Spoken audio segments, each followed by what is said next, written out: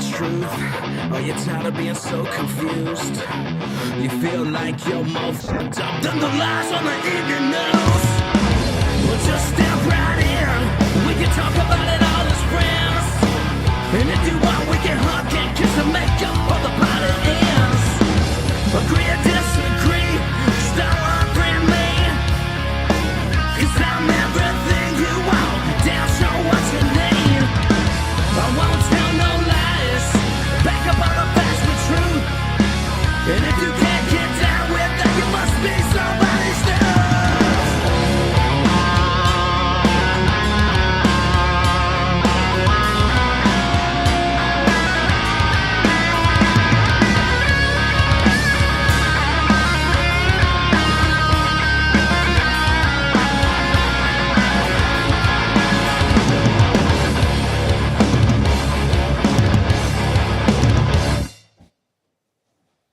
What's up, everybody? It's Ryan Weaver. I am on the Don't Unfriend Me show, otherwise known as The Dumb Show, with host Matt Spear.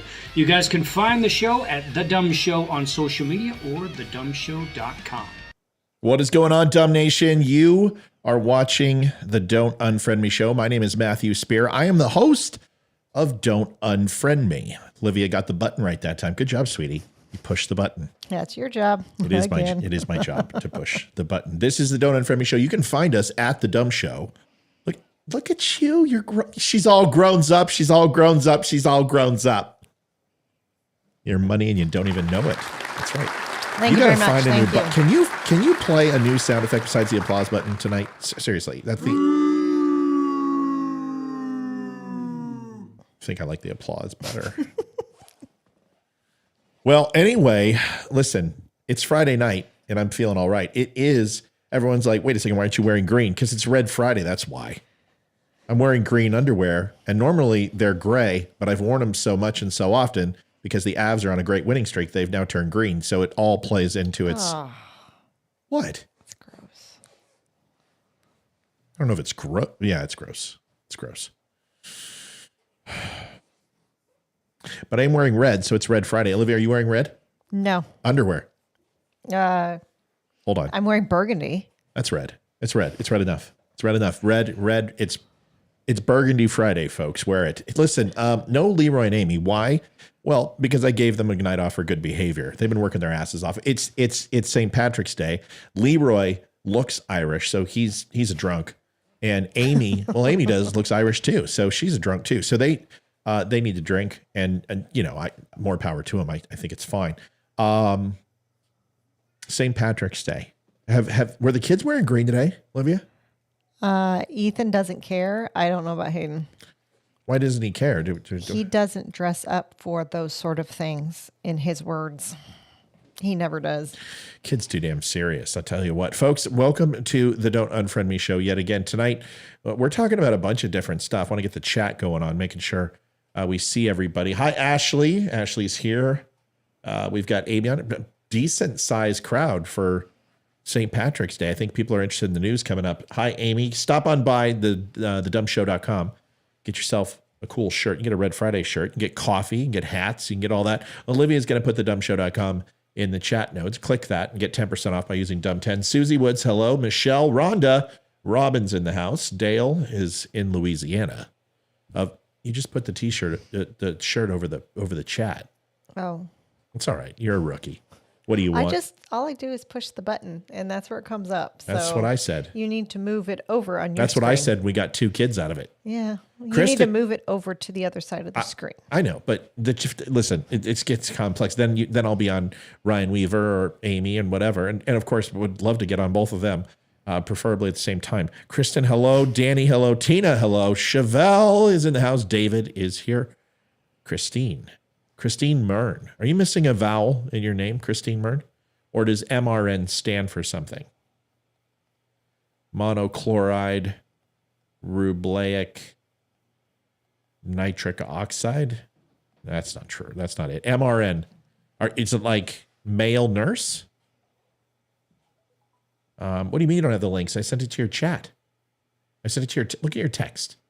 Are you talking about the news? Yeah. Oh, okay. Yeah, I can send those. I thought you meant like the dumb show, the phone number. Yeah, and it's stuff really like hard that. to write THEDUMSHOW.com in on Facebook. Oh my gosh. Watch. I'll do it for you. Watch this. TheDumbShow.com. There it is. Folks, click on thedumbshow.com. Thanks, Olivia, for putting that up there. We really appreciate it. You could have done. What you need to do, babe, is just get those on a notepad and then carbon copy and put them up every random once in a while. Grout cleaning day, Christine says. MRN. Does MRN stand for male registered nurse or what is MRN? Mern. That can't be your last name. There's got to be a Y in there or something, right? Have you ever heard of a 3-letter last name that doesn't have a vowel? I've heard a 4-letter last name that doesn't have a vowel. Name one. What is it? Smirt. MSRT. That's lies. That's Actually, fake I news. saw it. It's fake news. Remember my own. Yeah, but somebody's an idiot, right? It was smart, and they're like, you know what, or smart. They're like, you know what, I'm sick of being ridiculed. I'm going to take out the A or the O. I don't know. It was one of my old managers back in Albuquerque. It's the man she married. Well, you're in Albuquerque. That explains a lot. Really, only thing you have in Albuquerque are balloons, green chili, Indians, Green chili and green chili, and some more green chili. and trucks. Oh, casinos. Casinos, trucks, Alcohol. alcoholism, and Really shitty drivers. liver disease, and other things. Horrible drivers. No offense to anyone who's in New Mexico, even though it's mainly Democratic. Nobody who is in New Mexico probably watches this show. Smirt. Is SMRT a last name? Let's find out. A last name predominantly found in Europe, where 48, well, it's Europe. That explains a lot. Percent of Smirt are found. Smirt is a Western Slavic name. What a bunch of crap. That's just because it's Europe. I mean, these are the people driving the wrong side of the road. At least the English do. All right. Rhonda, hello. Vicky, hello. Amy says, I bought 2.5 yards of Navy-themed fleece for a quilt I'm making for my dad. It's cool. It has battleships and carriers on it. Nice. Hello from San Leon, Texas. Robert says hello. Cindy, hello. Sharon, hello. MRN, me right now. What? MRN stands for something. Master's RN. See? Master nurse. And sorry, I said male nurse. It's obvious you're not a male, but I didn't know. But MRN. I knew it. It's just, you got this skill set there's no sound button for, is there an Albert Einstein audio quote? Do we even have? Let me see. No, wrong bell. That was going to be like a ding for like an idea. Don't worry about it. It's fine. No. Susie says, I love that you see too. I'm working on a dress. Okay, here we go. We're talking about dresses and stuff. Yeah, I'm just going to skip all that stuff. Christopher says hello. Call in 804-504-1955. You want to call into the show? Please call into the show.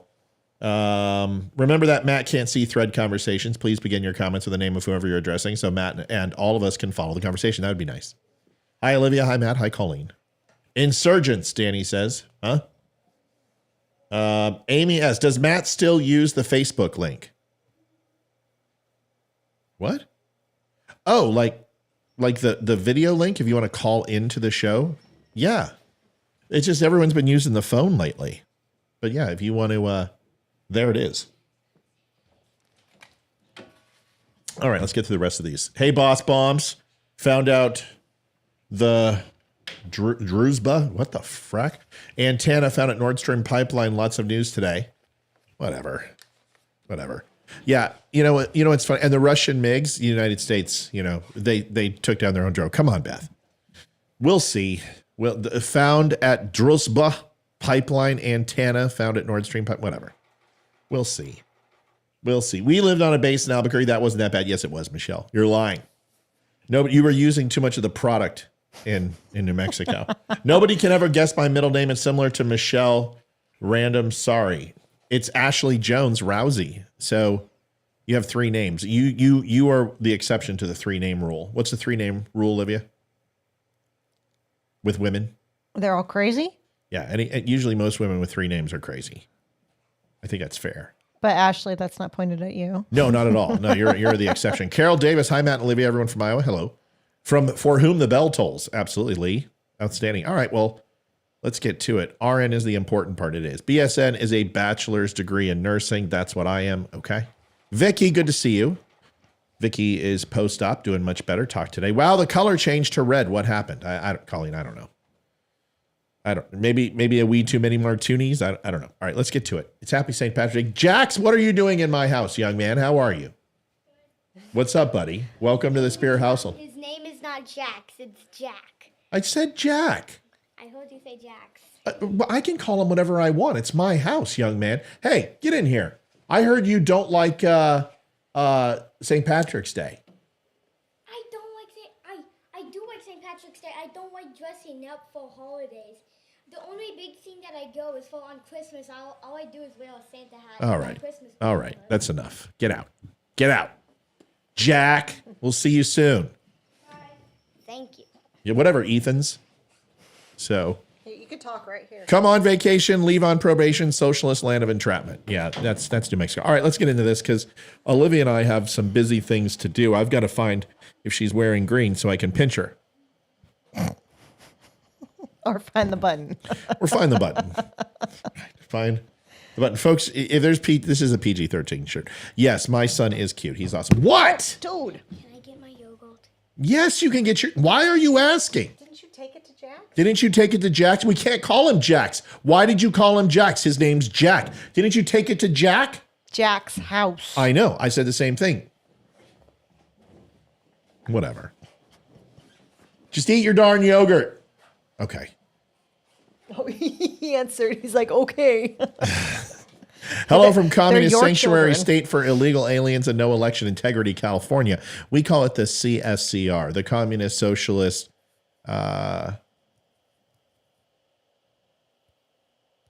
CSRC, the Communist Socialist Republic of California. That's what I called when I fled it. All right, so there's a lot of news. And like I said, we're not going to be on long because we want to go and just chill like Bob Dylan. Chilling like Dylan. Watch The Last of Us. Watch The Last of Us, which, you know, I got to say, it's pretty good. I'm not going to lie. It's pretty fantastic. The first thing is in regards to a video that I saw. Now, okay, let's preface this the right way. Got a lot on for 8 o'clock. This whole thing about Donald Trump being indicted, I want everyone to realize that the charges that are being put against Donald Trump are old charges that the federal government decided not to pursue in regards to supposed hush money that Donald Trump paid Stormy Daniels. Now, I want to be clear on this because there's a video that we kind of need to watch that I want you to look at first that just came out from Fox News. And, you know, I want everyone to realize this isn't the first time. This is now probably the 50th time I've heard that, oh, it's going to be an indictment. The indictment's coming up. This is the real one. You know, it's kind of like, it wouldn't be a Friday in Mediaville without hearing about an indictment. But this seems more authentic than the rest. When I heard it, I was like, okay, this is interesting. Now, we'll go through the charges and everything, but first let's hear what they're saying, because, well, let's watch the video first, because I'm a little bit perplexed because I don't know whether to give you what's really going to happen or give you what my concern about what's going to happen if this does go through, because in my opinion, what's happening right now at this very moment, besides Joe Biden eating some ice cream and waking up from a mid-evening nap after he had his afternoon nap and his morning nap, is that Joe Biden is talking to the district attorney, the governor of New York, and saying, don't you effing dare arrest him. Put him in cuffs and perp walk him, because if you do, you're going to bring all of us down. That's my gut about what's happening right now. This is why this was released. And I want to make a connection because there's something else that happened with Vladimir Putin that I want to talk to you about. And I think both of these things are timed. I've always told you the media doesn't do something without timing it perfectly together for a reason. And there most assuredly is a reason that this was released at 5 o'clock on a Friday, on a major holiday, and also some other news that it syncs up with to malign Trump with another figure that they've been trying to tie him to since he came down from the golden staircase. Let's watch this video real quick, and we'll have some perspective. If you want to call in, I have no problem doing that. Please pick up the phone and dial just like you would any other phone line and call into the show. I would recommend waiting until we're done with the video. But if you do want to call us live, it is 1-804-504-1955. Number's right down there. You'll come on Skype. We don't keep your real phone number or anything else. It's all blocked. We put you on. You come on. You can talk on the show. It'll be a good time. But let's watch this video real quick. Got to switch the audio. Hold on.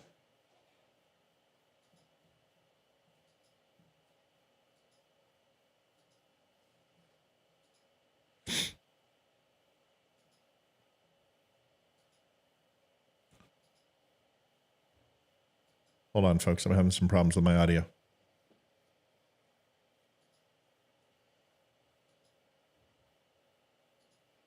I know you don't have audio. Everybody relax. Discuss logistics for some time next. All right, here it comes. When we are learning that the Manhattan DA's office has asked for a meeting with law enforcement ahead of a potential Trump indictment.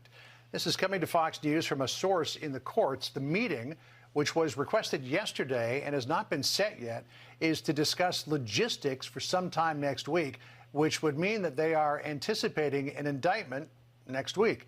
The same source who's familiar with the planning said they will go over security preparations in and around the courthouse in Lower Manhattan. Secret Service will take the lead in what they will allow or will not allow. The source cautioned, mentioning, for instance, that the decision to handcuff the president, a former president, or not, they will set the tone and will escort him into the courtroom. There will be coordination between all of us, the source said, but we will defer to the Secret Service. The battle will be between Secret Service and DA Alvin Bragg. They will decide how and when he'll get into the building, and they are not going to leave him.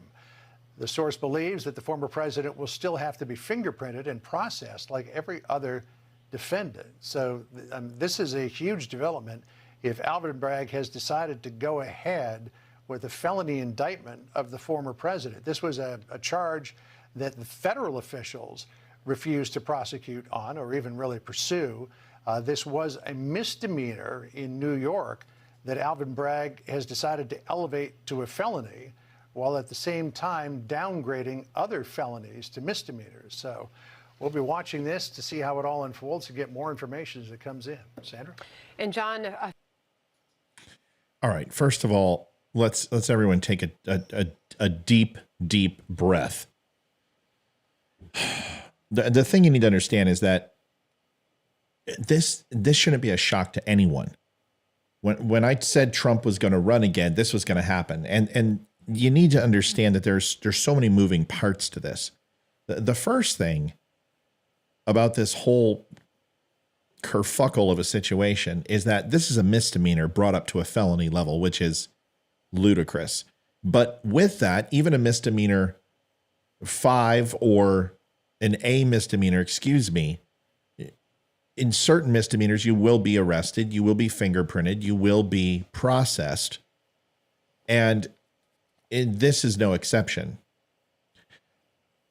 To be clear, the left is celebrating with much joy and, tinker tape parades and party favors and all this other crap, because they believe this is the Rosetta Stone that's going to bring down Trump finally. Not that the other 475 other times they were supposed to do it, and $52 million with the Mueller investigation and the wiretaps and everything else. I will tell you right now, if George Bush is, let me fix that. If Donald Trump is arrested and the likes of George Bush Jr. wasn't charged for war crimes, Barack Obama wasn't charged for inciting civil unrest and retaliation against police officers, funding gun running to Mexico, just as bad as the Contra, creating proxy wars where he received Nobel Peace Prizes, but was one of the most aggressive and vicious, ruthless presidents as far as assassinations in history, 284 Americans or ISIS sympathizers overseas who had left the United States and supported ISIS, murdered by drones. If this is what they want to do and they want to start playing this game, you're setting a precedent that a president, senators, congressmen, mayors, gubernatorials, whatever, are culpable for any malfeasance that they've participated in willingly or not willingly. That's number one. Number two, you got to start looking at the slush money in the Senate and in the House, where they had hush money to pay for their mistresses, abortions. They were using taxpayer dollars for this. I'm sure everyone is aware. The savings and loan scandal, check writing and check bouncing scandals, misappropriation of funds.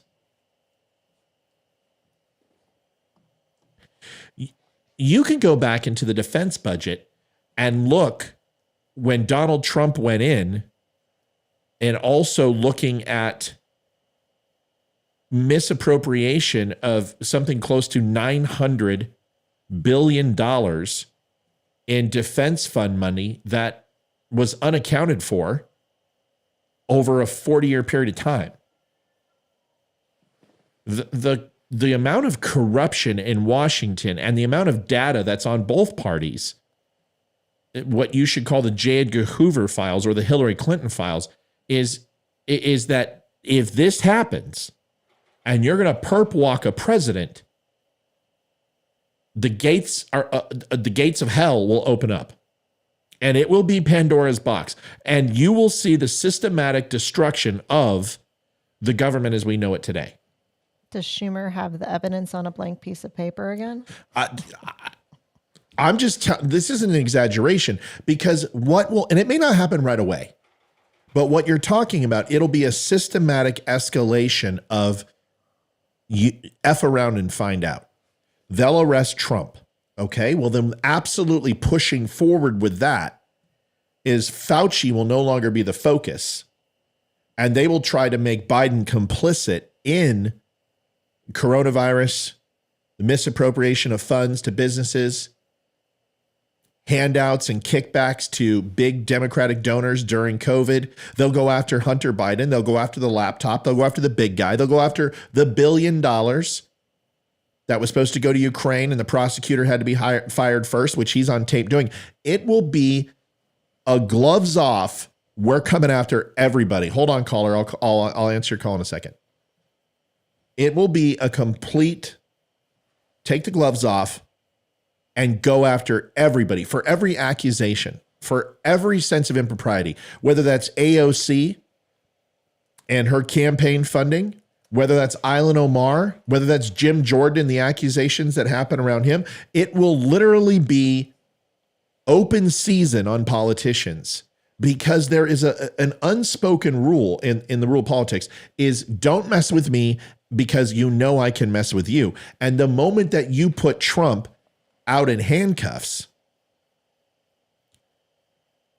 you're taking this to a level that there's no return from, plain and simple. It's pretty serious. I don't think Democrats want this. I think Democrats have no problem with a misdemeanor being brought up against him. They don't believe an indictment is what they want to necessarily see. I don't believe that.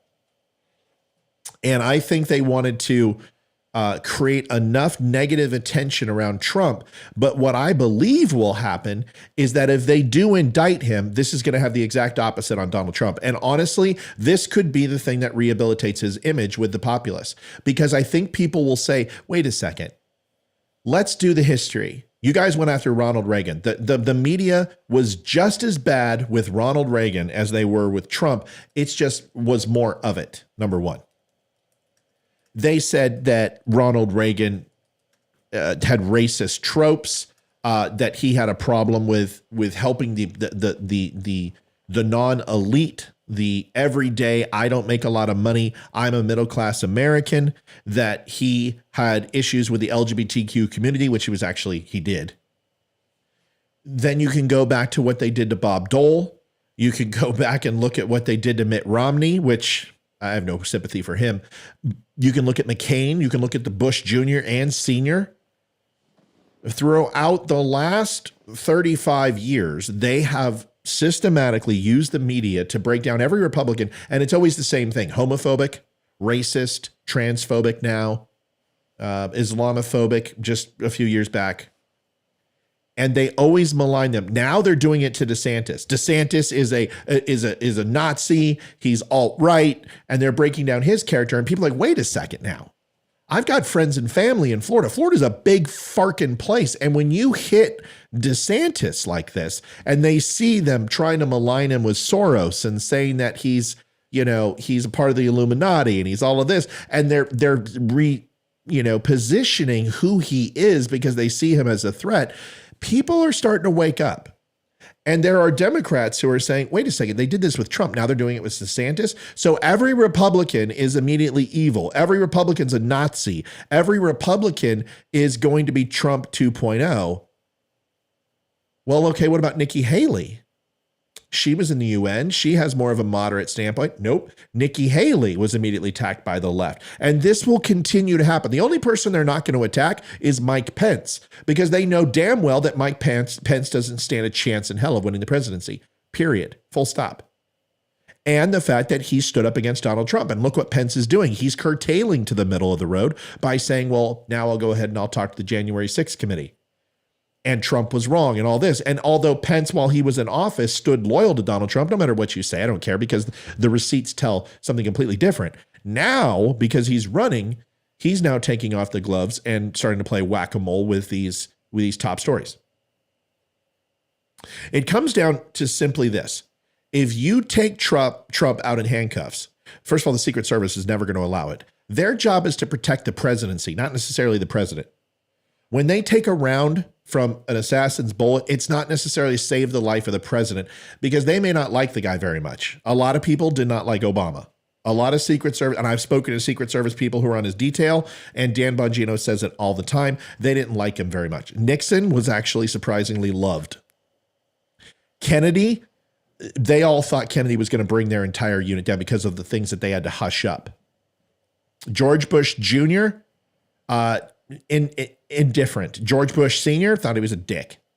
Bill Clinton, once again, thought they were going to bring down the entire Secret Service, but was liked by the Secret Service. Joe Biden, I don't even, it's kind of like, how do you hate your senile grandpa? Donald Trump was adored by the Secret Service, most of them. So they're trying to protect the presidency. And if you think they're going to go ahead and allow you to handcuff a president, do a perp walk, have him do a mugshot, and treat him like a common criminal, it weakens our country. And if any Democrat is hoping for that, they're just the biggest clowns in 10 counties, because you should not dishonor the presidency that way. Now, my personal opinion about what's going to happen is that this supposed indictment that is sealed in the grand jury that was investigating this was leaked to the press. I don't think this wasn't supposed to come out right now. I think the media has been holding on to this for quite a while, and it's maligning and aligning with the Vladimir Putin news, which I'm going to give to you in just a second. And Olivia, what are they saying about Vladimir Putin? That he is being charged with war crimes. And they want to what? They want to do what to him? They want to arrest him. Wait a second. Go figure. Donald Trump's brother, Vladimir Putin, is going to be arrested too. It's almost like symmetry. You are fake news. Yeah, thank you, Mr. President. So let me get this straight. On the eve of Donald Trump leaving in handcuffs, Vladimir Putin, and the symbology is for people to go, wait a second, didn't I hear Vladimir Putin was going around in handcuffs? Now Donald Trump is? They finally made what connection? What are they saying? What is the media telling the layman who doesn't read the article? What connection do you think Americans are going to make, Liv? that they were working together because they're both being arrested at the same time or warrants put out. Which Vladimir Putin will never be arrested. I think it's the IBCC doing it. We'll go into the ICCB. Who gives a shit? It's not recognized by the United States. It's not going to happen. What are you going to do? Excuse me, Mr. Putin, we need to go ahead and serve this warrant. They're saying it's going to affect him traveling internationally. Internationally, of course it will. It gives them more capabilities to put seizure on his property, on his funds. He's not going to be able to internationally travel without private travel. I mean, we know these things. That doesn't matter. Okay. It's not about that. This is about to tie it to Trump. It's perfect. It's absolutely perfect from a media narrative on a Friday. So the people who need to hear it. And then come Monday, it's just going to go by the wayside again. So what I think is happening is Donald Trump's lawyers right now are obviously putting motions in, right? Secret Service is petitioning the state of New York to set up standards to say, these are the things you can do. These are the optics you can have, and these are the optics you can't have. You're not perp walking the president on live TV. You're not putting him in handcuffs. You're not going to put him in danger. Anything you're doing is, and the reason why is because it interferes with their number one job, which is what? Protecting him. Protecting him. And you are allowing people access. You're putting him in a state of vulnerability. The Secret Service is never going to allow it. And the Secret Service can and would supersede anything that the state of New York tries to do, because a state cannot overthrow the federal writ of protection for the president of the United States. It just can't happen. So you're not going to see a perp walk, but this is what everyone's been saying. So the thing is, this was a misdemeanor. This is not a felony. They've turned it into a felony. So I want to make sure everyone understands. Say you spank your kid. And you get, right, we're going to go there. Say you spank your kid and then all of a sudden you get arrested and you get an A misdemeanor, which is the highest misdemeanor you can get. That misdemeanor is, you can be fingerprinted, you can be arrested, everything else. But then all of a sudden they push it up to a felony. And they call it, assault and battery on a felony level, which it's not going to fly. For them to take something that Donald Trump has every right to do, which is if he wants to settle something out of court, it's not against the law. It's not against the law in any way, shape, or form. The whole reason that they are hitting this is because of the election ties to it. And that's just honestly optics. So here's the article. The New York Police Department, New York State court officers, the U.S. Secret Service, and FBI's Joint Terrorism Task Force are coordinating to prepare for additional security at the criminal court in downtown Manhattan, according to NBC. There is an unnamed source, right? Just a White House official, a prosecutor in the DA's office, someone on the grand jury, Stormy Daniels' lawyer, Michael Avenatti from prison. But they're saying that Manhattan prosecutors are readying for an indictment. Now, this has been going on for months.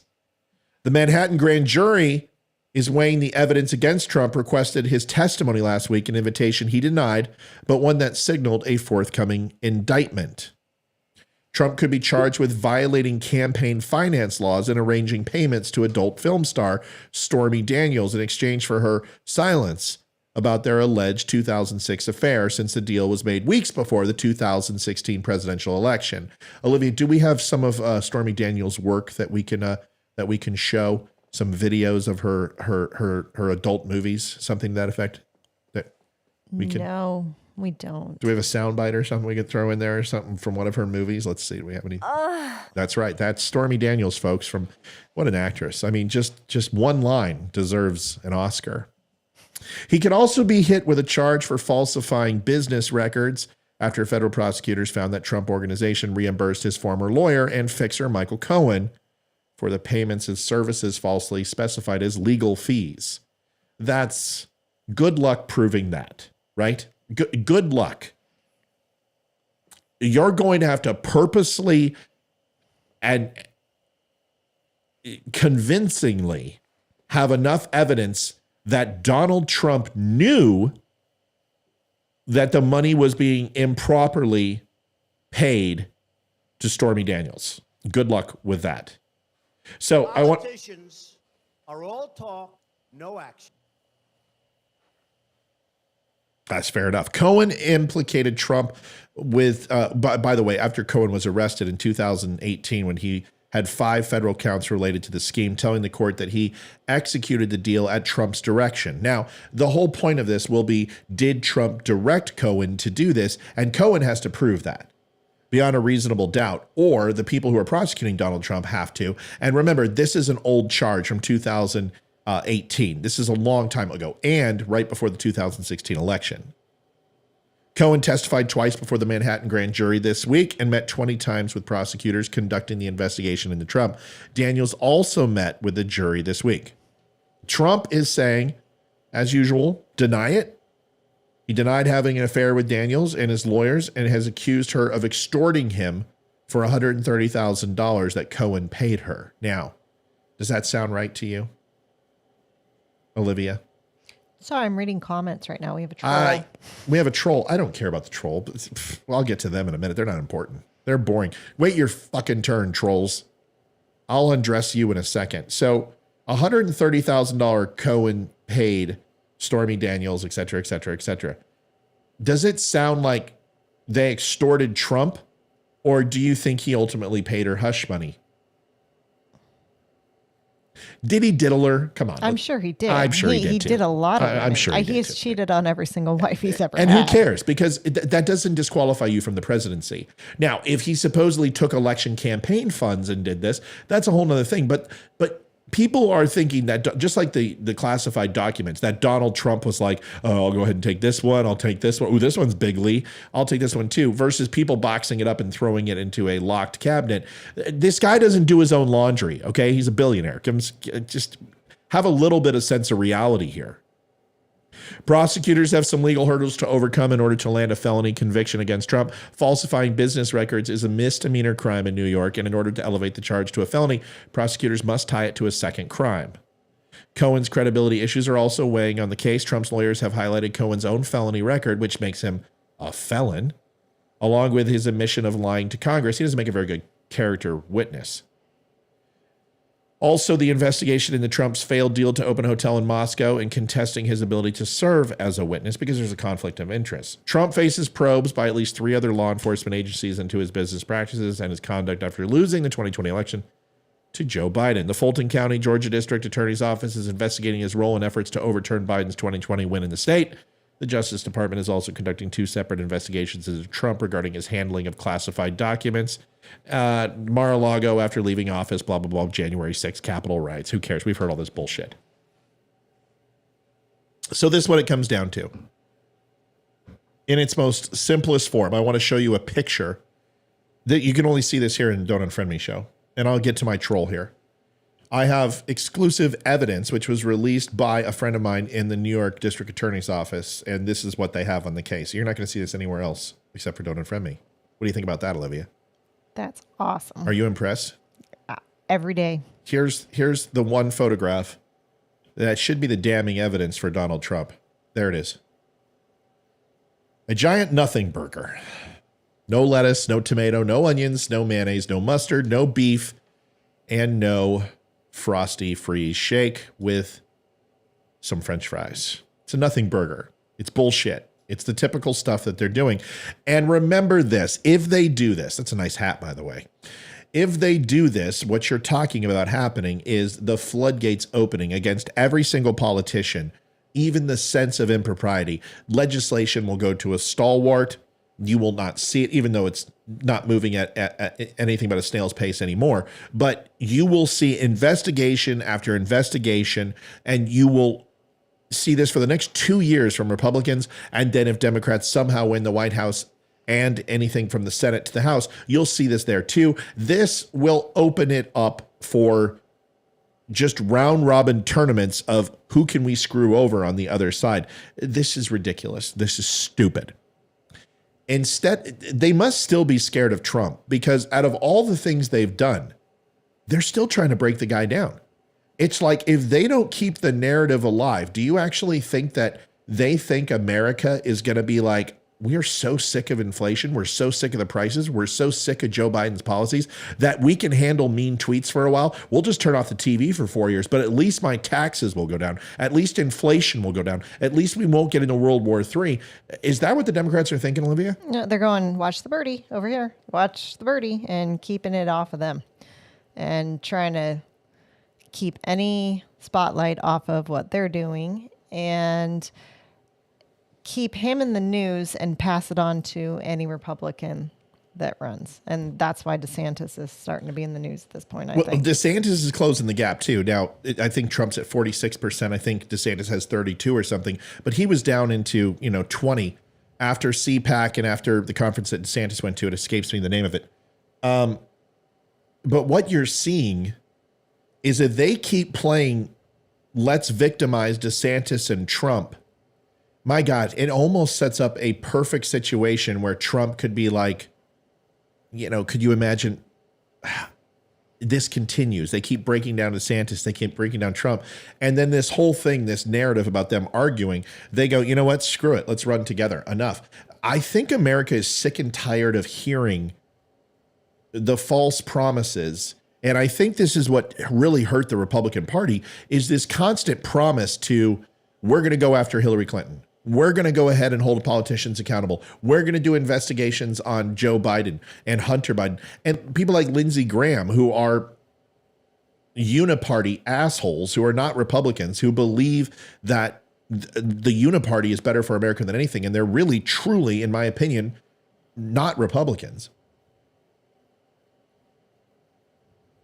Is it creates this amazing dialogue that possibly America gets sick of it and says, okay, screw this, we're done. And the middle of the road Americans say, well, let's give it a shot. Let's go and give Donald Trump a shot. Would that not give him in 2020? And let's give him a chance.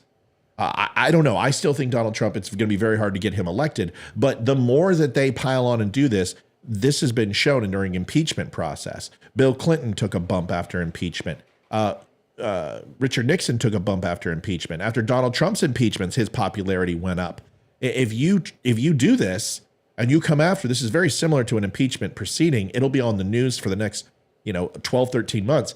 It's going to wear on the American public. It's going to solidify his base. It's going to bring the centrist to the right. And you're also going to get Democrats, some of the people who are moderate Democrats saying, okay, screw this. It was better under Donald Trump. Caller, where are you from? All right, Sharon, 1 second. Let me bring you in. I usually wait 1 second before I bring your audio in. This is Sharon from Overland Park, Texas. Can everyone hear it? Sharon, can you hear Olivia and I?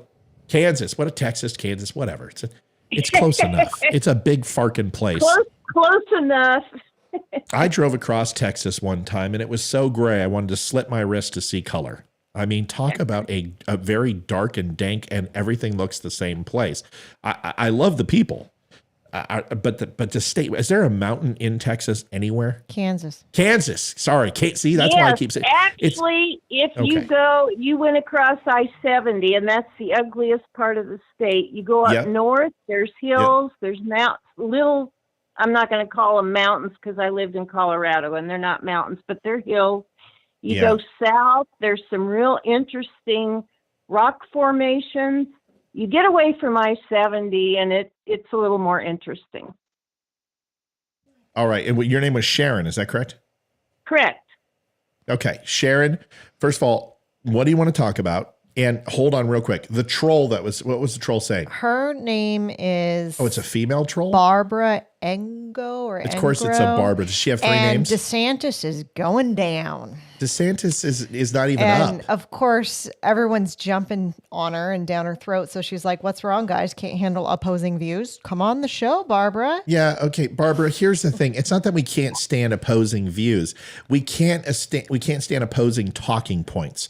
Like, get some meat on your bones. Come in here, drink some milk, and get on the phone. Look at Sharon from what I said was Texas is Kansas. She's got a take. Let's hear what she has to say. All right, Sharon, give it to us. What do you want to talk about? Okay. Well, what you've been talking about. Okay. Earlier this week, the timing's off here. Earlier this week, they were wanting Trump to come in person. Yep. Okay. Now, he didn't, but it took him a while to find out, okay, he's not. It takes time. It has to go to the grand jury for them to deliberate. The timing's off. I think the reason it's happened is because of the big bombshell about the money trail that Comer found out about the Biden family. Well, from not that just SARS that report, and so they're wanting to deflect attention from Biden and what's going on with all that and with the banks to deflect it onto Trump. Well, let's also look. Well, okay, if we're going to point it at Biden, I think it's important. I think the banks the story's there. It's out there. I mean, there's memes left and right, but you have two big pieces of news that took place. I'm not sure if you heard, Sharon. Number one, Hunter Biden has now officially, Olivia, tell him. Oh, the funny. Well, Sharon, you got to let Olivia tell the story. I only let her talk and let her out of her cage very rarely because she's a woman and I'm a man, and I keep my woman down. And he needs his pot pies. She makes her pot pies, and that's what she does. Listen, you gotta have your voice, right, Olivia? That's right. I got to let her talk when she can. So go and tell her what you think. It is the funniest thing I've read in a long time. So Hunter Biden is now suing for like defamation of character or something because it may or may not be his laptop, but his privacy was invaded.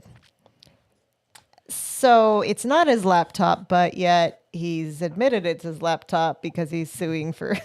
But don't you kind of apple is not falling far from the tree, I tell you. Don't you kind of give up your character when you take self dick pics anyway? I mean, aren't you pretty much just assuming that they're going to get out? I mean, don't I don't know. Ask Tommy Lee that. Yeah. A lot of photographic evidence. Well, right. Especially in Tommy Lee's case, he had to use a panoramic. I mean, that thing was not human. But anyway, Hunter Biden has officially, again now, this is now the second time that he has stated, this laptop's mine. And not only is it mine, I'm now going to sue you when the Democrats haven't looked at any evidence of this. CNN openly admitted today that they have never even looked at the laptop for 2 years, but yet they've been calling it Russian disinformation. So which is it? Is it Russian disinformation or is it true? And if it's true, well, now what you're doing is you're opening up discovery. And the moment that you do that, you then put it on record which crimes connected to this laptop are open for prosecution. This is the dumbest thing that Hunter Biden could do. So what do? You release the Trump indictment. Then you've got Putin. We also understand what happened there. So there's a lot of information that's tied to the Biden family, particularly those two things.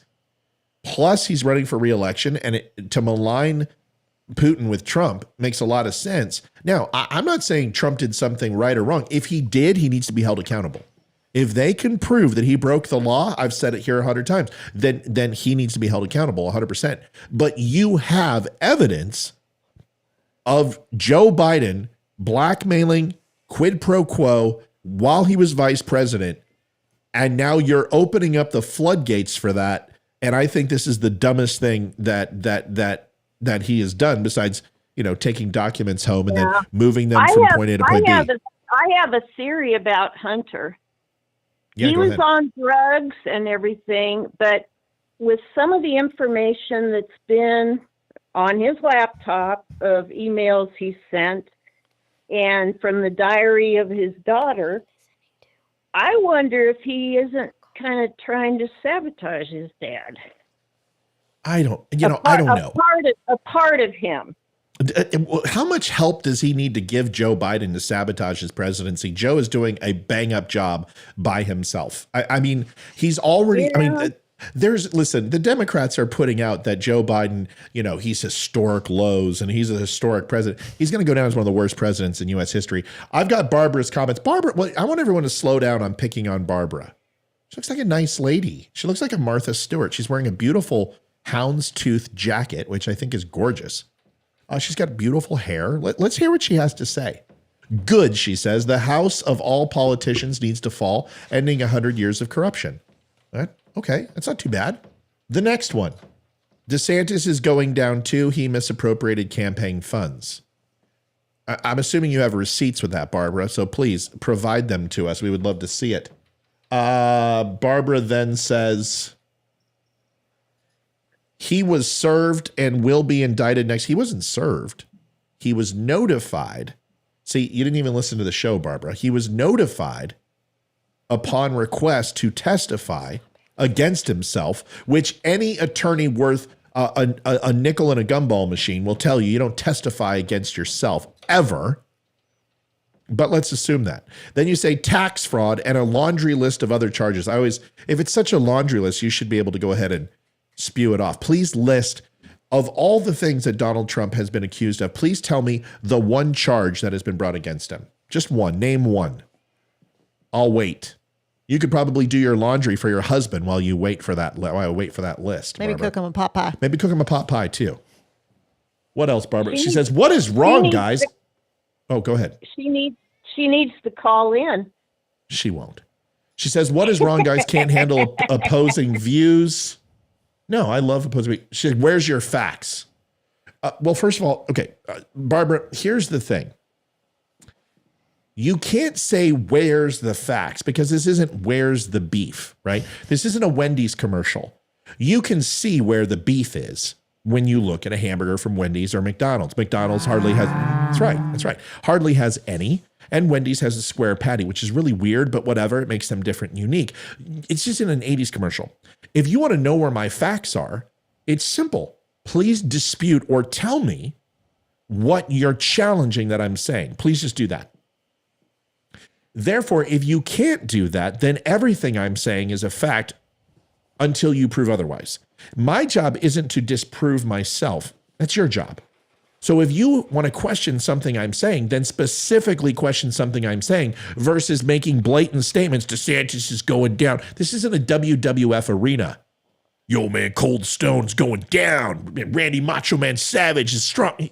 What the hell? This isn't a sports team. You don't get to go ahead and make a little, 9x6 poster and put a few words on it and expect to be taken seriously. Please make a point or come on the show and do that. Barbara then says, see if there's anything else on here. I think she's done. No, she poofed. That was smart, Barbara. Good job. You were bleeding out fast. Sharon, what's gonna happen here? I mean, do you really think that Donald Trump is going to be the primary? He's going to win the primary. Do you think that he's going to be the Republican national at the RNC as the presidential candidate for the Republican Party? Do you believe this? I do, and the reason is because whether you liked him as a person or not, he's brash. Some of it I think is funny. Sure. But his policies and what he was doing. And this is the thing that I see so many people saying, and I believe myself. They have put that man through so much garbage. Oh, yeah. The whole time, look what he accomplished with all that crap going on. Yeah, and well, a lot of it was he brought on himself, right? I mean, he did bring some of it on himself, right? Is that fair to say? Not the impeachment crap, no. No, not that. No, that's what I'm talking about. I'm talking about, all of that sort of thing. Okay. And his one big thing that was not good at was putting the right people around him. He trusted some of the wrong people. And I've been saying that. It's nice to hear somebody else say that finally. He's gotten smarter. He's from I don't the know part about of New York that's kind of the everyman. He was in the construction business. Yeah. So yeah. I don't know he's a good businessman. Okay. Yes, he is. Yeah, but Sharon, I got to interrupt you. I completely vehemently disagree with you that he's gotten smarter with his people choices.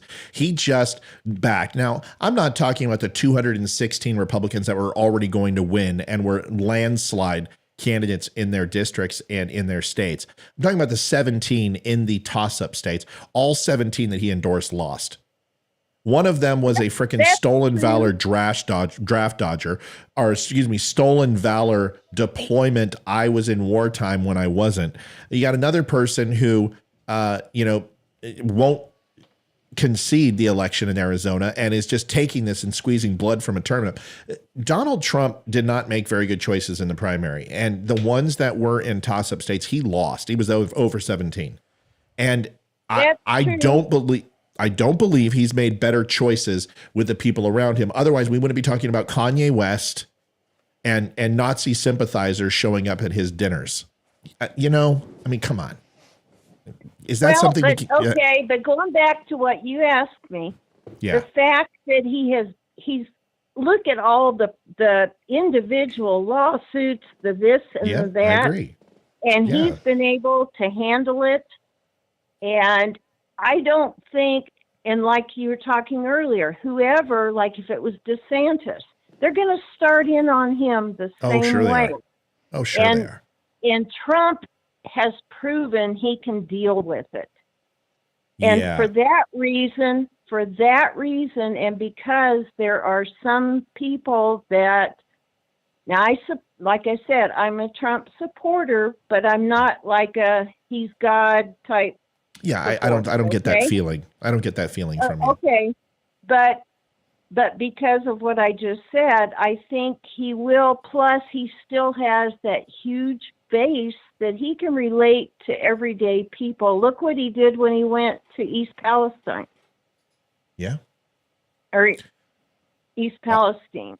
Yeah. It's okay. Say Palestine because that's how you pronounce it. Those people in Ohio just want to go ahead and forget about Lebanon. Well, it's kind of like Des Moines and Des Plaines. Yeah, so I know. Here. It's just like Moscow, wherever. It's Moscow. It's not Moscow. All right. So obviously. But because of that, I think, and with the polling that's been done, I think all this attack on him is just going to make him stronger. And the fact that you've got members in Congress that are finally doing what the people have been wanting them to do, he started all that. So I think because of that, people look at it, give him another shot, because to be real honest, I don't think the 2020 election was done right. And that's all I'm going to say. No. You and I, listen, you can say that. It's when people say stolen that I'm like, I'm not getting into the election. There were too many things. I watched all of the state hearings in those states that were up to question. I watched them live. Me too. And there is enough evidence of a lot of things that were not done right. Pennsylvania violated their own state constitution. No, they didn't. Because that's the problem, is they didn't. See, here's the issue. And I'm gonna Sharon, hold on a second. I happen to be an expert in this subject. So you're either going to trust me or you're not. And you don't have to, but I've talked about this more than any other show host across the country. I don't care. Everyone will tell you. I talk about this damn thing probably 5 hours a week when it comes to this election. And I'm the only one who's been screaming this from the rooftops since the third day after the polls closed to what happened. And I warned people about it long before.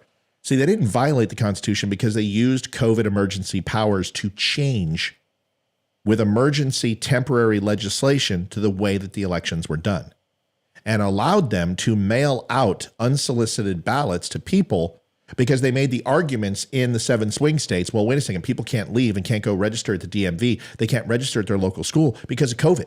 So therefore, we have to go ahead and mail out anywhere between 50 and 65 additional million ballots to unregistered voters. It just happened to be in predominantly blue counties and districts. The amount of mass mail-out ballots that happened and the changes in law that happened to the state's constitution and their electoral process is ultimately what swayed the election. When you go ahead and you send unsolicited ballots to people who are sitting at home watching reruns of Jerry Springer and Little House on the Prairie and tell them in between those that Orange Man is bad and he's a Nazi and he's going to continue killing your mom and your dad and your grandpa because of COVID, you've got to vote for him. And by the way, there's going to be a new ballot in your mailbox. Please fill it out and return it. It's free of charge. Or please put it in a receptacle that we can collect later and fill it out for you. You're talking about a situation where it's explainable. You're talking about an election where the largest election we ever had as far as counts is you're looking at a range between one of the lowest, around 92 million in the last 35 years, up to upwards of 114 million people voting. You had 180 million people vote in 2020. That should blow your mind away and say, I can't see a Dominion server, or I can't see a watermarked ballot, or I can't see a pipe bursting, or I can't see the Nashville bombing in the AT&T building being the reason for this. But what I can see is that each state decided to change their electoral process and solicit unregistered ballots and allowed people who have the right to vote if they register to register and vote. Okay, I agree with you in large part, but I disagree with you on Pennsylvania because why? That was one of the largest cities that had mail-in ballots into it. But why do you disagree? In Pennsylvania, the state legislature did not change the electoral laws. The state, what was it, the Secretary of State, who happens to be a Democrat. The judges did. Well, it wasn't legislature. It was court orders. It went to the Pennsylvania Supreme Court, and again, they're Democrats, and they upheld it. But I know they did. The state legislature did not change the election laws. That makes it unconstitutional. I'm with you. I know you're literally making my case. How long have you been listening to this show, Sharon? Oh, off and on for about a year. All right. Well, I can't believe you haven't heard this, because I have specifically said that the reason why this election and the constitutionality needed to be changed or needed to be challenged much earlier than it was over the Dominion servers and all this other crap is because of the constitutionality that they change electoral law through judges and emergency powers versus the state versus the state legislature, which makes it unconstitutional. That is what the Supreme Court's going to be hearing at the end of March. And hopefully we'll have a decision on this that they can say from now on, judges have no right to go ahead and alter through emergency power a state's election system or the state's constitution. It needs due process. It needs legislation. They're there to interpret the law. They're there not to write law. So you and I agree. So let's you and I stop talking about Dominion servers and ballot harvesting and 2,000 fucking mules, and let's talk about the real thing, which was the mail-in ballots that went to unregistered voters. Can we do that, you and me? Yeah. And and I'll tell you, someone else that I follow and I support is Judicial Watch, because they have been going after all of the states to clean up voter rolls. Yep. You got to do that. And you got to get the voter registry cleaned up. Yep. And they've had to take some of it to court, but they keep winning. So little by little, we're getting there. But I think locally is where people have to focus. I agree. Yeah, good for you, Sharon. You and I agree. You just go, sister. Yeah, we agree on most everything. Well, good, because I agree. I think the only way to change the federal system is to impact the state, local, city, municipalities, and townships.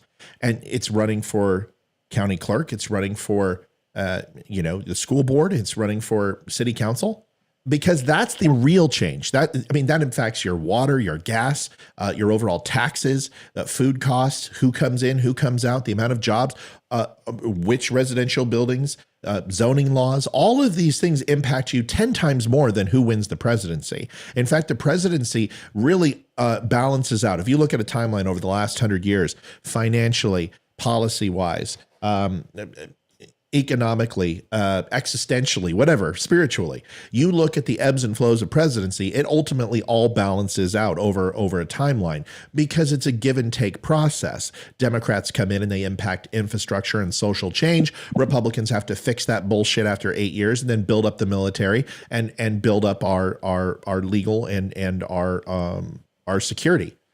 That's what has happened over the last 100 years in our government, since the major boom in our economy, in our industrial revolution, in our overall productivity, and a world leader financially. And it all balances out. But the biggest change happens in these 20-year swings where states go from blue to red. Look at California. It's going to take California 2 or 3 decades to recover the moment they decide to abort these liberal policies. It's going to take them 3 generations to get out of the hole that they've put themselves in. So it's insane. It's insanity. Yeah, it is. But see, going back, and I think a lot of it as an everyday person, I'm a political science major. So I've always loved history and politics, and I get into it where a lot of people don't. Where'd you go to school?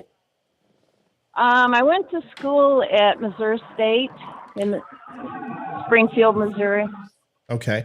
I did political science at Eastern Wyoming College, but I clerked in what is it? Cheyenne? Yeah, Cheyenne. Yeah. And worked on 3 elections, city council in Goshen County, and then state legislature, and then 1 mayor race. So yeah, I'm poli-sci major too. I lived in Riverton and South Pass City for about 4 years. So I'm very familiar with Wyoming. All right. So you majored in poli-sci. But what gets me, and I think I speak for most people, I don't know if it's so much as Democrats versus Republicans as it is regular people and the people that think they're above us. And people have had it. People have had it. She's done. You're now booked. What are you gonna be doing Monday, Wednesdays, and Fridays for the rest of your life? So you can be on the show, Sharon. I mean, for the love of God. I mean, you're basically me sitting down. I've been saying this. I've been saying what you just said right there, that this has nothing to do with political ideology, but this has everything to do with being a republic and lawlessness. This is just as bad as Rome, the Senate and the corrupt power that was there versus the people in the pavilions and the seats. This is the sewers. This is the Moors and the Saxons. This is the Cossacks. This is the Celtics. This is the Persians versus the Greeks and the Romans. It literally is a place where there's 2 different laws. There's the laws for us, and there's the laws for the elite class, the ruling class. And it's not always about money. It's more about power, money, and votes. And if those 3 things in any way, shape, or form are in contention, the boot on the neck comes out. We agree. And it's just that I think right now the Democrats have kind of been the ones with the heavy boot on the head. Well,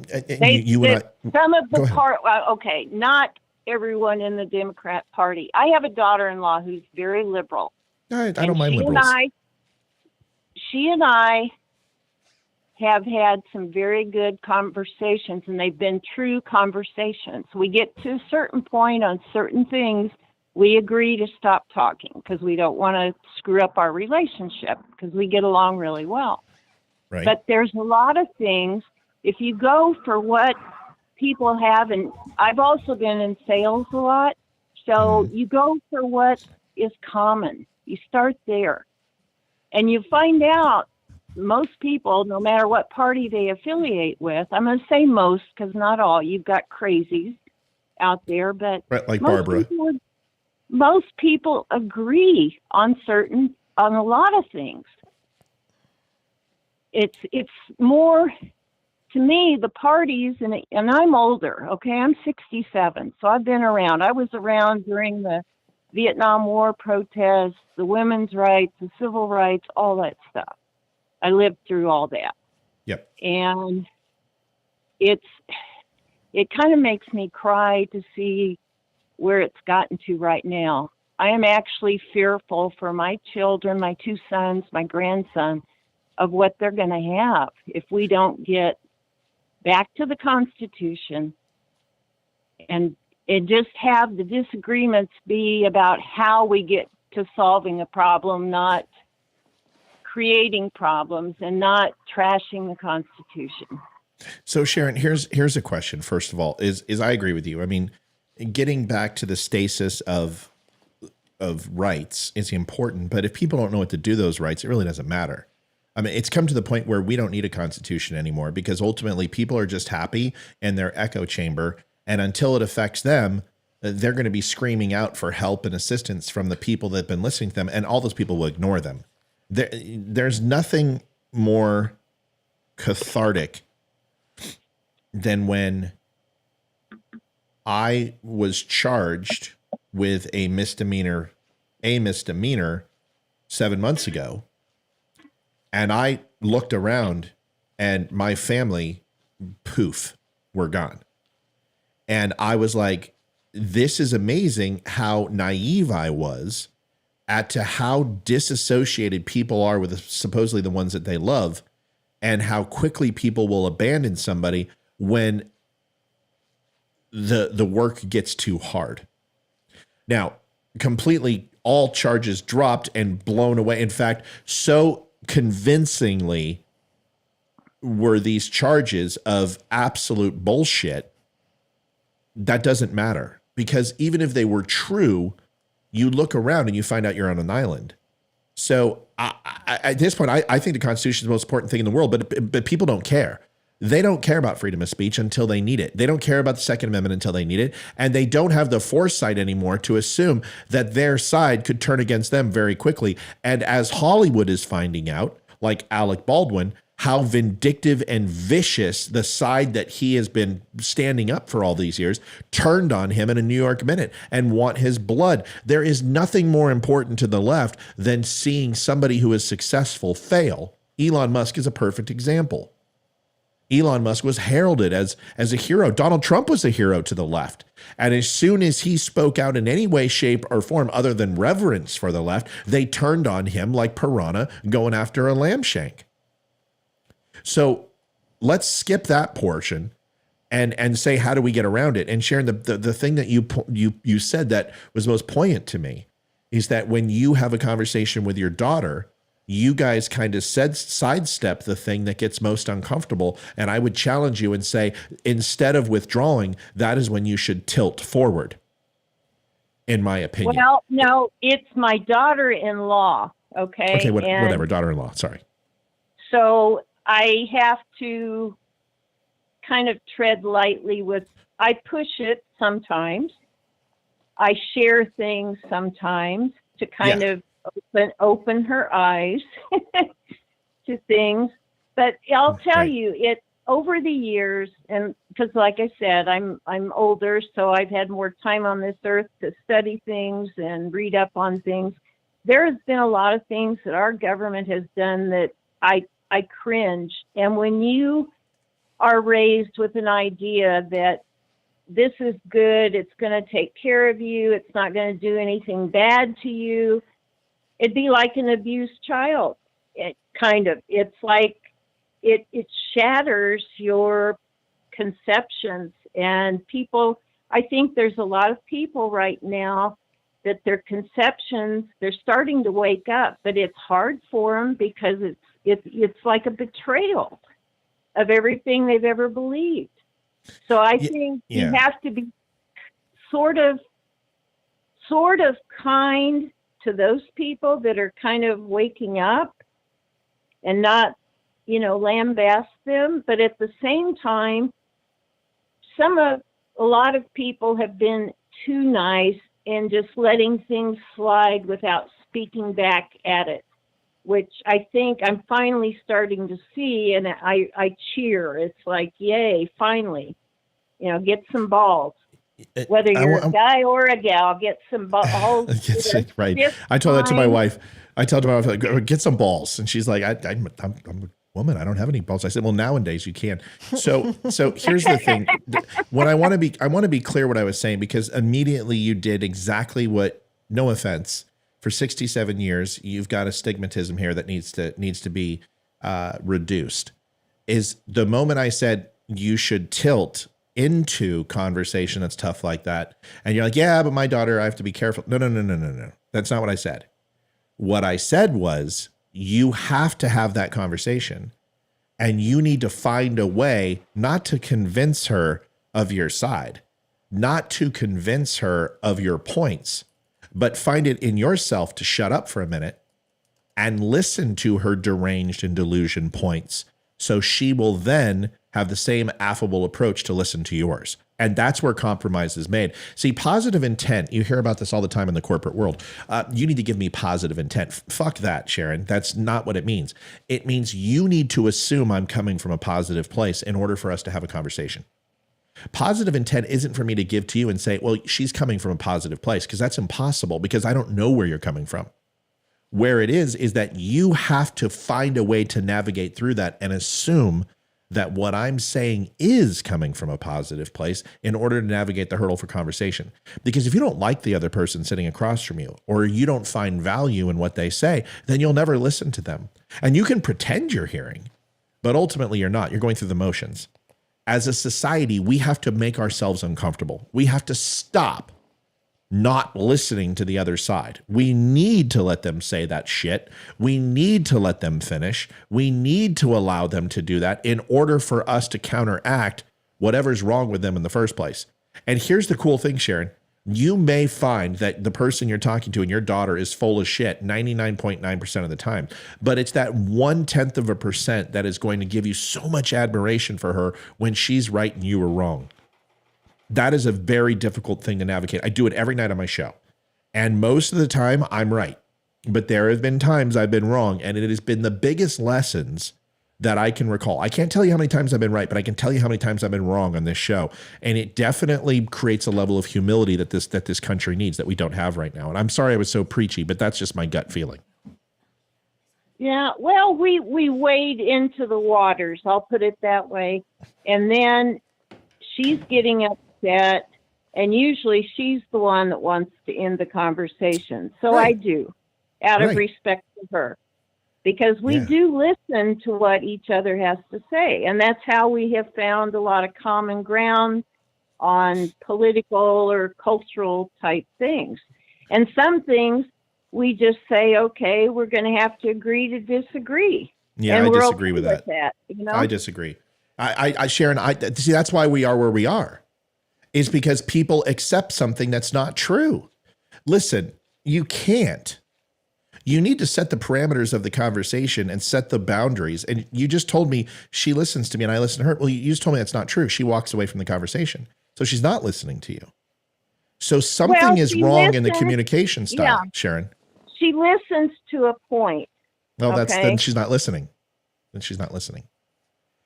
See, why can't we just be Sharon? I have a different outlook. I can't change her, and I have to be able to get along because of my grandson and my son. So let's have an example. Let's have an example conversation. I'm going to be your daughter. You be you, and let's have seriously. We're going to do this, but this is fun. You go ahead and let's role play the conversation. I'm going to show you how this works. Okay, give me an example of a conversation you've had. I'll play her. You play you. Let's do this. Okay, this will be fun. You start. Okay, usually it would come up with something that was going on, and okay, they used to live in Lawrence where KU is, okay? Okay. Kansas University, yeah? Jayhawks? Yeah, it's very, oh yeah, go okay. Jayhawks. So it's a very liberal place. There has been issues of homelessness, and her idea is that the government should come in and do something. And what I would say is, something does need to be done. No, we're going to do it. We're going to do it. I got it. We're going to do it. Here we go. Okay. So this is mom, right? Mom or grandma? Your mom in this situation? Okay. And I'm, what's my name? Jamie. Okay, it's Jamie. All right. Mom, all the homelessness in Kansas, I was driving down the road and it just makes me want to throw up. I can't believe how many people are on the street without food, without shelter, without water, without the basic things that we have. I feel guilty for it. The United States government needs to come in and we need to do something. The government needs to come in and help these people because really the government is the only people that can help the homeless problem in Kansas because the local government just doesn't have the money to do so. What do you think, Mom? Well, I agree with you. You're full of shit, Sharon. You don't know what the fuck you're talking about. I'm out of here. I want a new mom. No, I'm kidding. Go ahead. No, I was joking. That's humor. That's for ratings. I understand, and it hurts me too, but I'm not sure that just government is the reason that those people are on the street. A lot of it has to do with drug use and all the mental places, hospitals, those have been done away with. And I think we need to bring some of that back. And I would look to the local churches and local groups, get some, action that way before the government comes in, because usually when the government comes in, it makes it more of a mess. Money gets thrown at it, but nothing gets done. So it needs to be boots on the ground. And something that you used to do, Jamie, which I think this is a good idea. You used to live in a house when you were in college. It was like a co-op. And maybe doing something like that would be more beneficial. Mom, first off, I want to say I really appreciate you aligning with my feelings in the beginning part of that conversation. You said, and everything else at this point, I heard what you said, but more importantly, you said you really didn't like how it made you feel. Can you please explain to me how homelessness makes you feel bad? Because I think that's where we can find some common ground on how it makes me feel. Because everything I heard was it made you feel bad, and then you explained away while my feelings weren't important. And I think we should go back to my feelings in this conversation. Okay, it makes me cry. I want to see everybody have shelter. I don't want to see anybody go hungry, no matter why. It makes me cry. It's sad. And I don't think anybody wants to see that happening. I think the big difference is what we do to take care of it. So the great thing, Sharon, is right there. We just changed the entire dichotomy of the conversation, and we admitted that it's one about feelings versus fact. And the problem with a lot of us when we argue is that we are not coming from a place that's indicative of the other person's position. Your daughter wants to talk about her feelings. And there is no fact that you're going to bring up, Sharon, that's going to trump her feelings. So you need to get down on her feelings level and approach her through her emotions. Because if you start throwing facts at her, all it's going to do is disprove what is personal to her, where she won't even have the ability to get to practical, because she's not on the same wavelength as you. You're like, listen, let me tell you why you're full of shit. And she's like, wait a second, these are my emotions. These are my feelings. This is the thing with most liberals, is that they're called bleeding heart liberals for a reason, because they bleed from the heart. We bleed from the brain.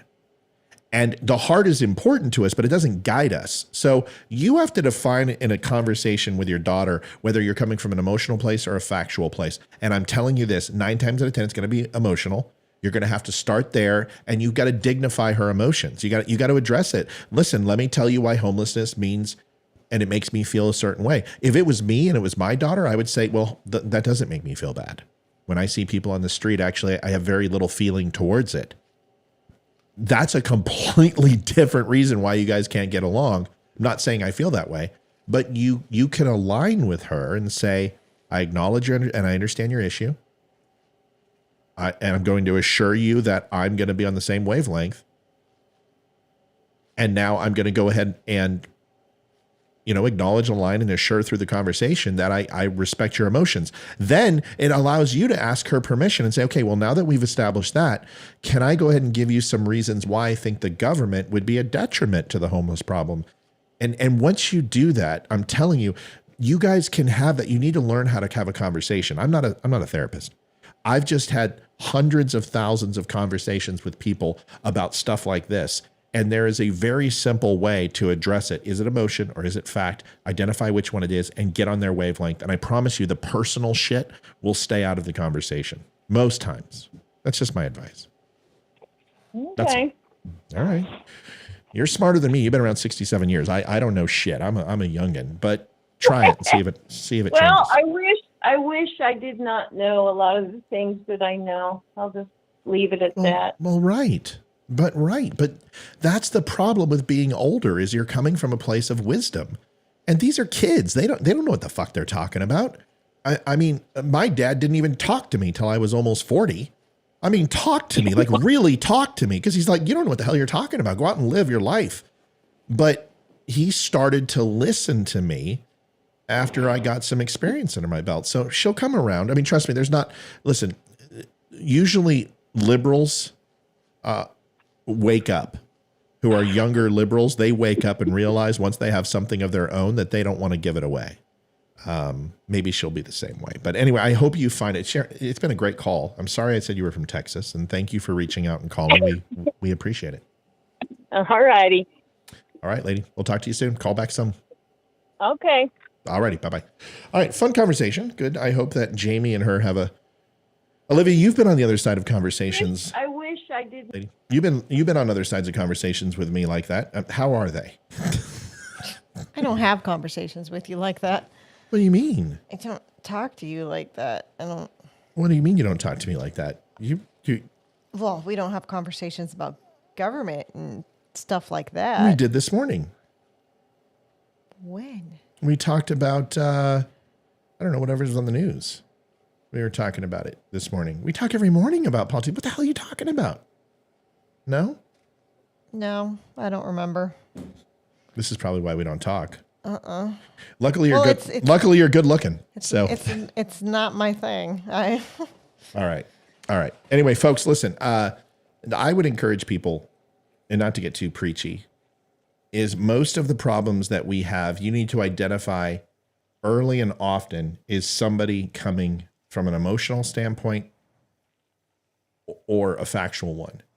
And I'll be transparent with you. I used to have conversations on Facebook all the time where people would just punt me around the room. I mean, it was embarrassing. They would just come back and they would just roll over the top of me because I was coming from an emotional place. And I finally learned to take emotion out of conversation. I don't take things personal. People can say whatever they want. And then I decide whether what the level of they say is respectful, factual, emotional, and if it checks the boxes, I'll continue the conversation. But the moment that it transcends into toxicity, I just punt them. And when I say don't unfriend me, it doesn't mean you can't take toxicity out of your life. It specifically you should. It basically means that if someone has an opinion, don't get rid of them simply because you don't understand or you don't agree. There's something very different. If someone comes and calls you a Nazi or a Trump-tard, or you're calling them a libtard, that's completely different. There's a level of respect required for human interaction. But if that's not present, you should at least try to get it there. And then if it's not going to happen, then pop smoke and Charlie Mike and get out of there. That's pretty much it. I appreciate when people call in from the show. Ladies and gentlemen, it's Friday night. It's Shamrock happy day. What are we doing this weekend, Olivia? Anything fun? Taekwondo was going to be baseball, but that got canceled. Is that code for sex? No, Ethan's got Taekwondo tomorrow. Oh. Taekwondo. Is he doing a belt test? No, that should be in another month. Okay. I got to go grocery shopping. You know, the fun, amazingly exciting life of a mom. So much fun. Well, isn't it always? The last thing is the Putin arrest warrant. I wanted to go over this real quick.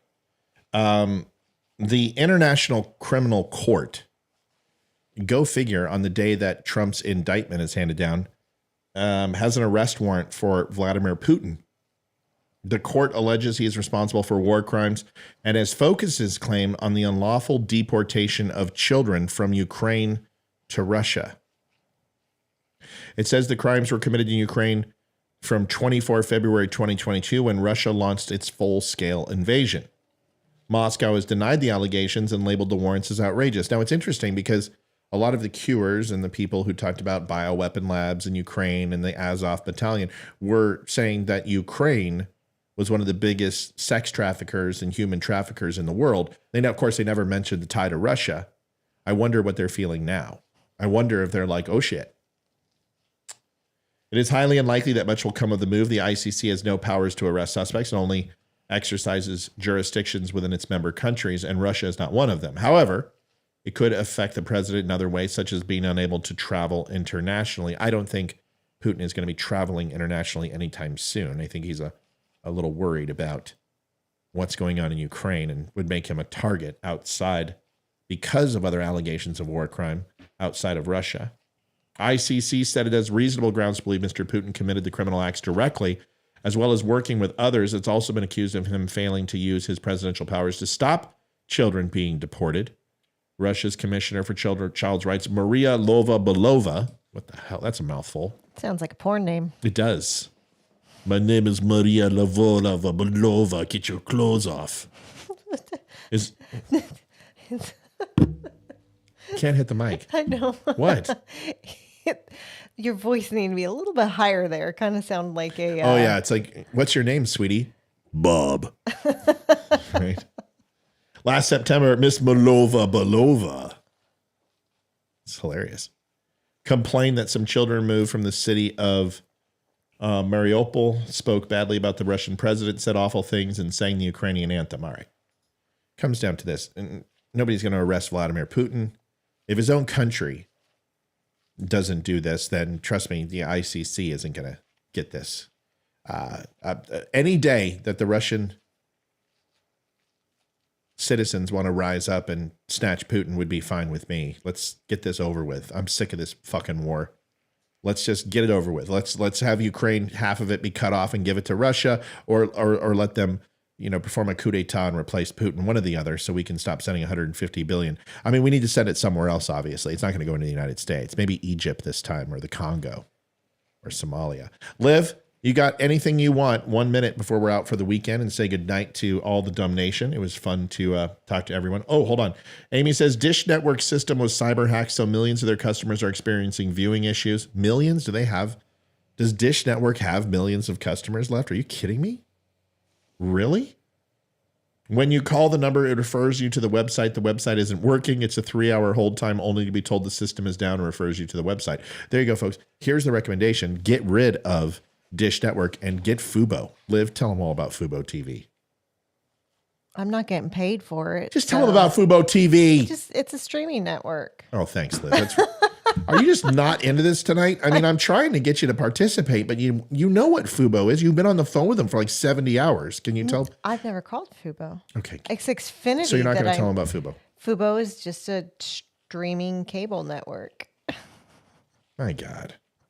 Hey, honey, I'd love to have you on the show and participate. Okay. For the first 2 days, then I'm just going to go silent. Can you tell them any more than that? I don't know what to say about it. It's just Fubo, folks. You go ahead and pay how much a month, Liv? Like $79 or something like that. It's not $79. It's cheaper than that. It's like it was like $69, but it's gone up. Oh, so you do know more. Oh.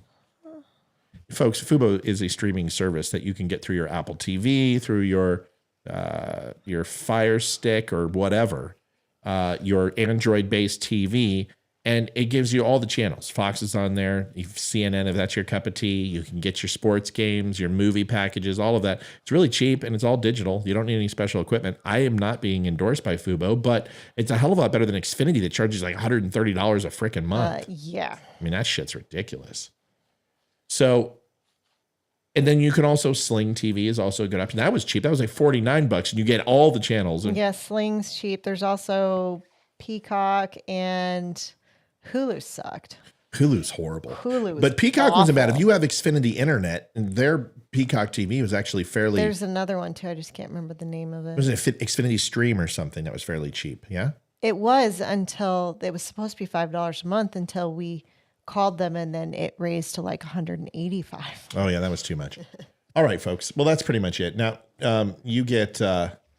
Someone says LimeWire. Oh my God, that's old. I haven't heard LimeWire. I don't even know That's what where it we is. used to get all of our old audio and files and stuff. That was all like P2P, BitTorrent type shit. Sounds like Matt is going to pack for a trip to Sofa City. No, I'm not. Debbie, my wife. Am I going to the sofa tonight? No, it's the dog house, but no, not tonight. You're not a dog. Don't say that. Do we have a dog barking? I mean, it's the perfect time for a dog barking, and you totally dropped the ball. I don't think we have a dog barking. I think I gave you a dog. You didn't put it in your No, sound. Yes, I did. I gave you a dog. Okay, I've got. Then do the elephant. I got That's this. it. That's a dog. That's a dog underwater. That's one in the Sahara or Savannah. That's a dog. Chewy is a big dog. He's a big hairy dog. Chewbacca. What a Wookiee. Yeah, All right. that was the closest thing. No dog. I don't have a cat either. You have a cat. You better have a cat. If you have an anaconda, then we've got some marriage issues to talk about because I'm not catching. No way am I catching. All right, folks, listen, we're just trying to have some fun. Good night, everybody. God bless. Thank you for watching the Don't Unfriend Me Show. Do me a favor. Stop on by the Don't Unfriend Me site. Olivia, show them the Don't Unfriend Me site, please. This is the Don't Unfriend Me site. It's built for you, thedumbshow.com. You can go there, DUMSHOW. The podcast is there. So you can listen to the podcast anytime you want, the entire catalog. You can also watch the show from the video cast, but it is 100% also some great clothing. Got shirts, hats, glassware, phone covers, our blogs on there. Go to thedumbshow.com. You can get 10% off by using the code DUMB10. It also 10% goes back to veterans and the Travis Manion Foundation. The clothes that I'm wearing tonight are all provided by thedumbshow.com, including my hat, and you can stop by there. And folks, thank you for watching the show tonight. It was fun. We had a ton on. We had 210 people on at one time, which is good. We're starting to see that. That's an exciting thing to see some consistency. We will be back Monday. If you don't know, the Ryan Weaver show was just actually posted before this. So go and watch that. Do me a favor, throw a like on there. We're trying to get that spread out. Go buy some stuff if you don't mind. It helps pay the bills. And if not, you can do one more thing. Is on your phone right now. If you look at the bottom right-hand corner, there's the like button, the heart button, but there's this little teal button, which looks like a little shopping cart or something. If you click that, that brings you to the Dumb Nation group. It's $1.99 a month. And you get to talk to the other dummies like you are in the show tonight. You guys can share stories, get to know everybody. It's really nothing special other than you get 15% off the Dumb Show store. One purchase, and it pays for itself. Stop on by. Go ahead and subscribe to the Dumb Nation group, and there's some funny memes, and we have a little bit more freedom on what we can post. Thanks for watching tonight. God bless everybody. I really appreciate you. Have a good night. Thanks for letting my wife be on. Olivia, you did a great job as always. I was just teasing. You're beautiful, and your voice is awesome, and everyone loves it. Say goodbye to the Dumb Nation. Thank you. Bye, Dumb Nation. Have a good weekend. Everyone have a good weekend. Veteran Crisis Hotline's coming next, and please watch the show, like, share, and subscribe, and do all that. Talk to you guys Monday with a new show. I might be on the weekend. We'll see. Good night. I'm David Boreanaz with the Cast of SEAL team, and we have an important message for returning vets. We want you to know if you're struggling to cope, there's help and it's just a phone call away. The Veterans Crisis Line is staffed with experienced professionals who know your struggles. There's no greater sacrifice in service to our country. We're able to enjoy our freedoms because of it. Your service is important. You are important. For vets and their families, the Veterans Crisis Line is here to help 24 hours a day. Please call